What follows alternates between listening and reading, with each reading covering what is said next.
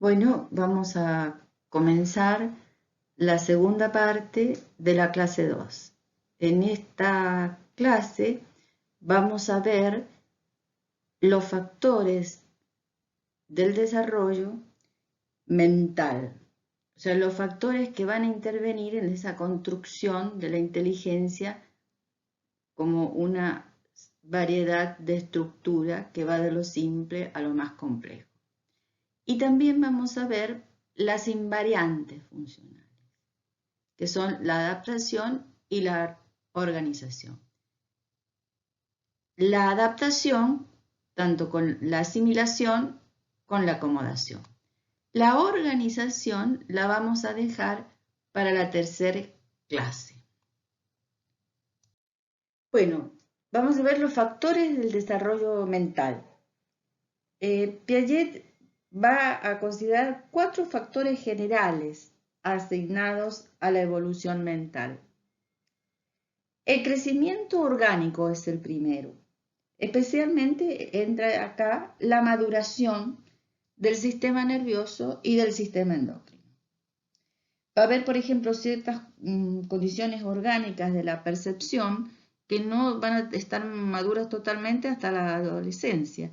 Y esto desempeña un papel importante en el crecimiento mental.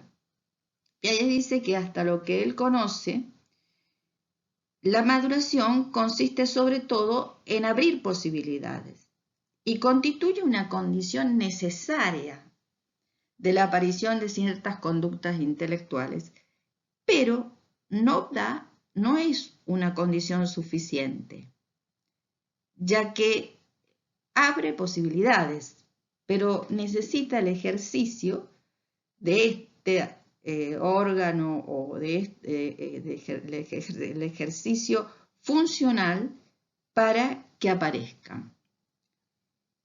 El siguiente factor que ve es el papel justamente del ejercicio y de la experiencia adquirida.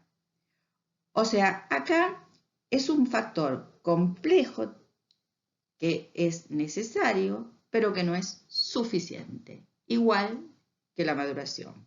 Tener experiencia y con los objetos, tanto físicas como lógico-matemáticas, son necesarias, pero no son suficientes.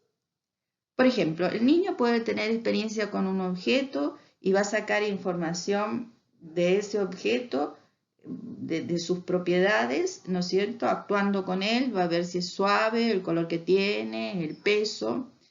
Pero hay otro conjunto de experiencias lógico-matemáticas que consiste en actuar sobre los objetos, pero que la finalidad es conocer el resultado de la coordinación de las acciones. O sea, el conocimiento no viene ahí del objeto en sí, sino de la coordinación de las acciones que el sujeto hace sobre ese objeto. Por ejemplo, un conjunto de 10 piedras. Las 10 piedras pueden ser suaves, más pesadas, más chiquitas, más grandes. Eso sería una experiencia física. Pero cuando el niño las reúne, las cuenta y pone 10 en una cajita y después las separa y pone 5 en una cajita y 5 en otra, está haciendo una serie de actividades y está de allí sacando conocimiento de la acción que él realiza sobre ese objeto. El que sean 10 no le es propio de la piedrita, no es intrínseco a las piedritas, sino que supone y surge de la acción de ordenar y contar. O sea, el conocimiento va a ser ahí extraído de la acción de ordenar, reunir, contar, y no de los objetos. Es una acción constructora ejercida por el sujeto sobre esos objetos exteriores. Estas acciones, las lógico-matemáticas, enriquecen al objeto por las propiedades que éste no tenía por sí mismo, puesto que las piedritas no implican en sí mismas un número. Este depende de la acción del sujeto y de la abstracción que haga el sujeto a partir de sus propias acciones. El otro factor es el factor social y de coordinación individual. También un factor necesario, pero no suficiente. Allí distingue dos tipos de interacciones, Piaget: las interacciones sociales generales y las transmisiones culturales y educativas. ¿Qué son las interacciones sociales generales o las coordinaciones sociales generales? Son comunes a todas las sociedades, es decir, en todas las sociedades, en Argentina, en Francia, en Irán, en Moscú, en donde sea, en cualquier lugar, se observan conductas sociales de intercambio entre niños o entre niños y adultos, que intervienen en el desarrollo de su inteligencia y que son independientes del contenido de las transmisiones educativas. O sea, en todos los medios, los individuos se informan, colaboran, discuten, se oponen, están en constante intercambio individual. Esto interviene durante todo el desarrollo según un proceso de socialización. Y esa interacción social va a tener que ver con la construcción de las estructuras. Tiene que ver, por ejemplo, en el operatorio concreto, que con las posibilidades de cooperar, tiene que ver con las salidas del egocentrismo, va a tener que ver también en esas posibilidades de interacción y de cooperación en el desarrollo moral, en el tipo de juego. O sea, el actuar con otro va a tener que ver en los factores del desarrollo mental. Y por otro lado, dentro de esos factores de interacción y transmisiones sociales, se encuentra la transmisión cultural y educativa. Esa va a variar de acuerdo a cada sociedad o a cada cultura. Pero también en ese caso, el sujeto es aparentemente más receptivo, pero sin embargo, la acción cultural y educativa va a ser eficaz siempre que haya un esquema adecuado, o sea, que haya una asimilación activa del niño. Va a suponer siempre instrumentos operatorios adecuados. Y el cuarto factor, Piaget dice, 3 factores que son necesarios pero no suficientes, no dan una respuesta a la evolución dirigida, sencilla, regular, secuenciada de las 4 etapas del desarrollo. Hay una cuestión más central, que es la presencia de un mecanismo interno en todo constructivismo. Ese mecanismo interno es realmente observable en cada construcción parcial y en cada paso de un estadio al siguiente. Ese mecanismo interno es un proceso de equilibración, en el sentido de autorregulación. Este mecanismo lo vamos a ver en la tercera clase, lo vamos a tratar un poco más. Esos son los 4 factores que intervienen en el desarrollo mental. Pero Piaget, y son de los que se ocupa Piaget, pero Piaget reconoce otro factor, aunque él no se ocupe, y lo considera fundamental, que son los factores dinámicos. O sea, la afectividad va a constituir para él la energética de la conducta. El desarrollo de la afectividad, de la motivación, de factores dinámicos es fundamental y también es fundamental en el desarrollo cognitivo. La conducta va a ser una y con 2 aspectos, afectivo y cognitivo, inseparables e irreductibles. Las invariantes funcionales.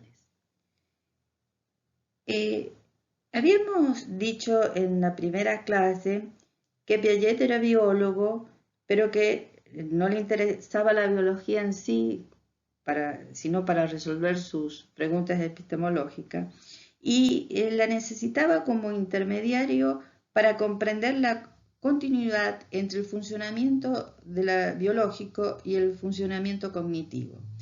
Si el cerebro es una fuente de la inteligencia, es parte de un organismo vivo. Entonces se preguntará, ¿mostraba las propiedades comunes a todos los demás organismos vivos?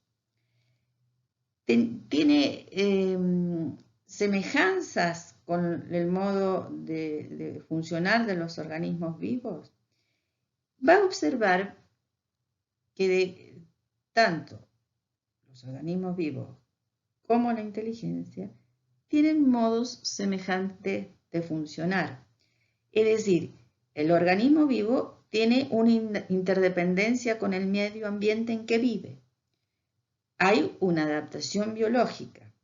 Y además, hablamos de un organismo, es decir, que estamos suponiendo una organización. Bueno, a nivel de la inteligencia también aparecen estas invariantes funcionales. O sea, las invariantes funcionales van a ser la adaptación y la organización. ¿Qué es la adaptación? Dice, es el equilibrio entre los mecanismos de asimilación y de acomodación, con dosis variable de uno y de otro. ¿Qué es entonces la asimilación y la acomodación? Un acto de conocimiento, en un acto se produce una serie de acciones. Por un lado se incorporan elementos nuevos, se asimila. Por otro lado se modifica lo construido anteriormente, se acomoda. El equilibrio entre la asimilación y la acomodación es la adaptación. La adaptación biológica va a ser un intercambio material y energético. Por ejemplo, una adaptación biológica, un conejo se come una zanahoria, la zanahoria es asimilada y se transforma en parte del conejo, pero el conejo no se transforma en zanahoria. La adaptación cognitiva se va a caracterizar por intercambios funcionales. Entonces, una de las invariantes funcionales es la adaptación. La otra invariante funcional es la organización. Habíamos dicho que todas las manifestaciones de la vida muestran la existencia de organizaciones. El ser humano es un organismo, es una organización de órganos y en general es un organismo. Las células están organizadas. Toda la manifestación de vida supone una organización subyacente. Esto mismo pasa a nivel intelectual. La organización es la dimensión estructural de la inteligencia. Supone una organización subyacente en esquemas y en estructuras mentales. Esa organización de esquemas y estructuras mentales lo vamos a ver mejor en la clase 3. O sea, los instrumentos de adquisición de conocimiento desde que el niño nace hasta el adulto o el hombre de ciencia son los mismos. La inteligencia va a funcionar adaptándose y organizadamente. Eso no varía. Pero sin embargo, nosotros hablamos de distintos niveles de desarrollo cognitivo. O sea, que las estructuras organizadas van a ir variando a lo largo del desarrollo y van a dar lugar a distintas etapas del desarrollo cognitivo. Vamos a decir la etapa sensorio-motora, el preoperatorio, el operatorio concreto, el operatorio formal. Es decir, por un lado, vamos a decir que la organización es un invariante porque siempre la inteligencia funciona organizadamente a través de esquemas y estructuras organizadas. Lo que va a variar son el modo de esas organizaciones, los tipos de organizaciones, más rígidos, más flexibles, con más posibilidades.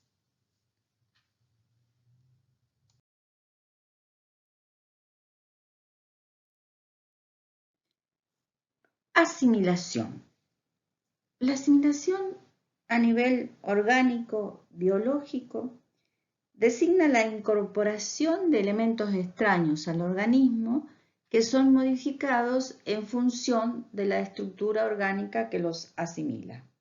Habíamos dicho antes que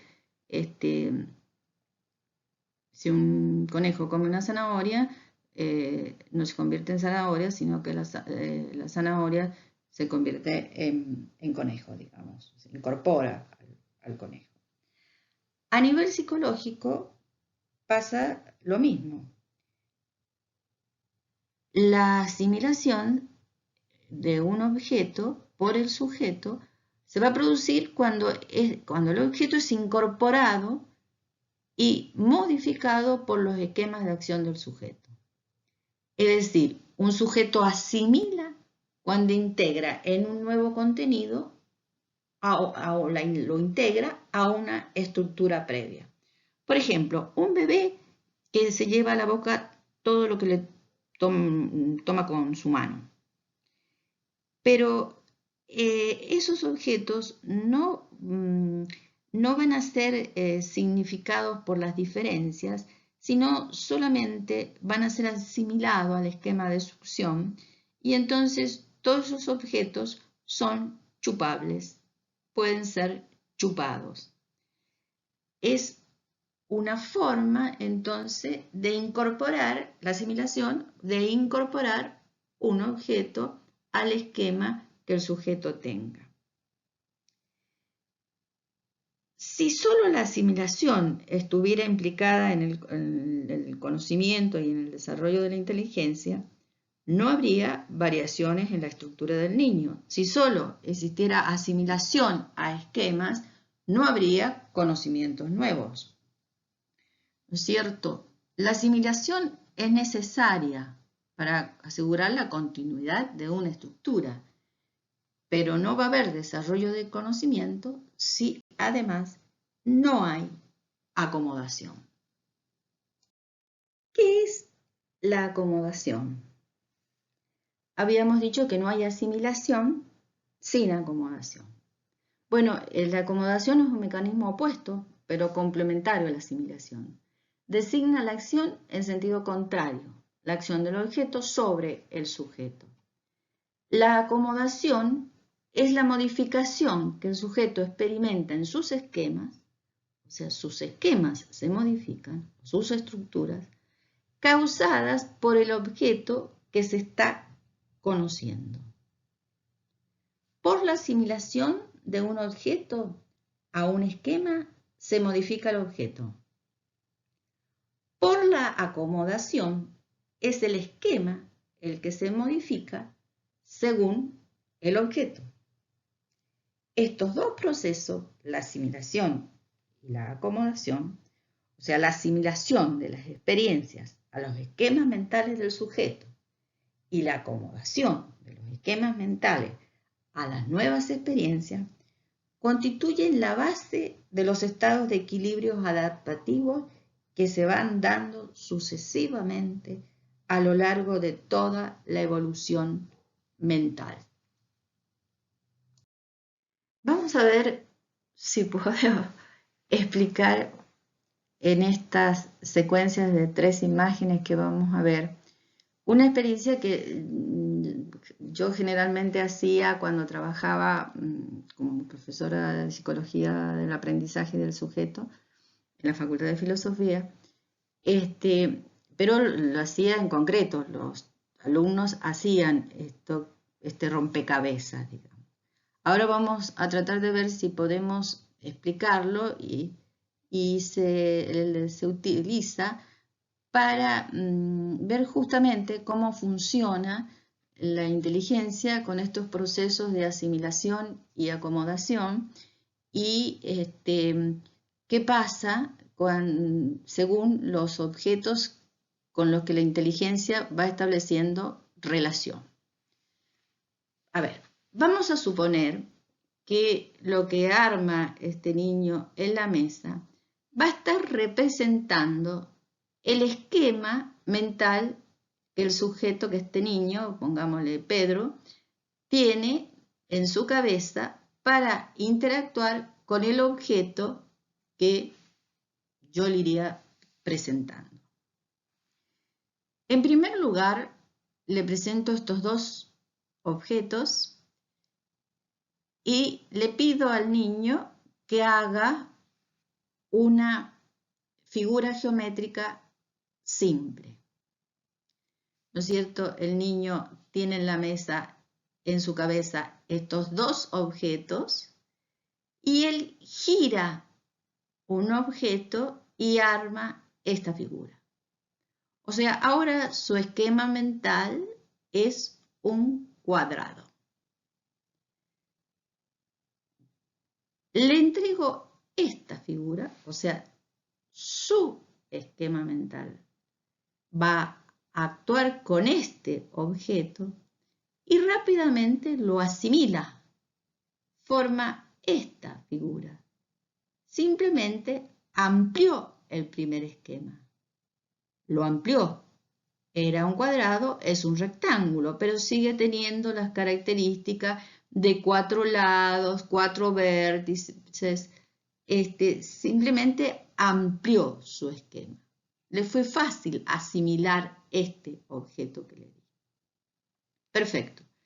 Tiene este esquema en su cabeza, este es el esquema mental que Pedro tiene, y se encuentra con estos dos objetos de la realidad que quiere, como se le ha pedido,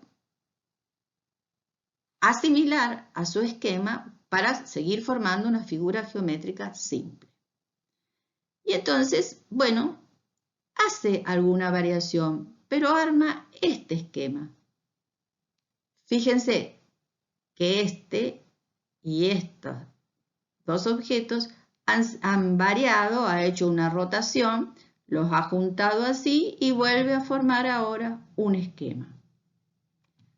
Todo anda bien, digamos. Él partió del esquema de cuadrado, asimiló una nueva figura, ampliando su esquema, asimiló otras dos figuras, ampliando su esquema. Está asimilando los objetos a su esquema, como cuando el niño chupa una cosa, chupa otra, lo va asimilando y va enriqueciendo, ampliando el esquema. Pero por último se le da esta figura. Ahora tiene que asimilar, poner en su esquema mental esta figura y armar una figura geométrica simple. Veamos, se le presenta un problema. Si la pone así, directamente, como había estado entrando las figuras, no queda una figura simple. Acá aparece un conflicto. Acá aparece esta como un objeto de conocimiento que no es fácil ser asimilado. Fíjense que en la anterior, no lo puedo volver. Bueno, en la figura anterior, él hacía ciertas modificaciones, doblaba, a lo mejor giraba una figura, pero la hacía entrar rápidamente a su esquema. Este objeto que se le ha dado ahora, no es fácil integrarlo. Le trae un dolor de cabeza, ¿no? Tal vez es como la psicología genética para los esquemas a los que ustedes utilizan más y tienen flexibles en relación a que trabajan con otros contenidos disciplinares. Vamos a ver cómo se puede resolver esto.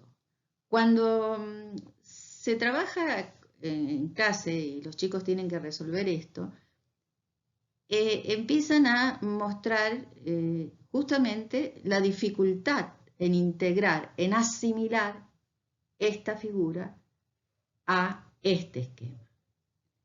Lo primero que van a tener que hacer es romper el esquema de asimilación que Pedro tiene en su cabeza.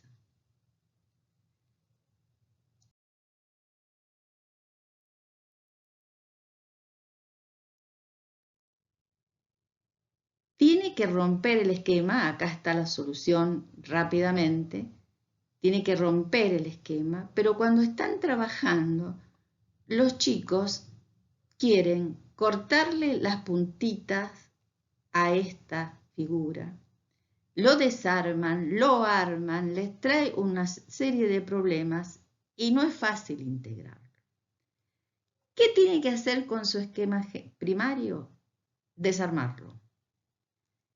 Giró las dos figuras. Entra la tercera que se entrega entre la mitad, pero ahora va armando, en vez de un rectángulo, un paralelogramo. Entonces, esta figura puede ingresar, pero se cambió el esquema. Ya no es más una figura con lados rectos, cuadrados, rectángulos, sino que acá hay una figura, o sea, no es más una figura con ángulos rectos, un rectángulo, un cuadrado, sino que es una figura que tiene ángulos agudos, ¿no es cierto?, y obtusos.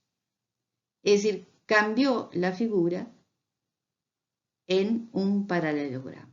Se cambió el esquema. Pero para ello tuvo que desarmar el esquema anterior. Esta figura provoca una gran acomodación, una gran modificación del esquema mental que Pedro tiene. Cuando logra asimilar y armar un nuevo esquema, vemos en la cara de Pedro alegría.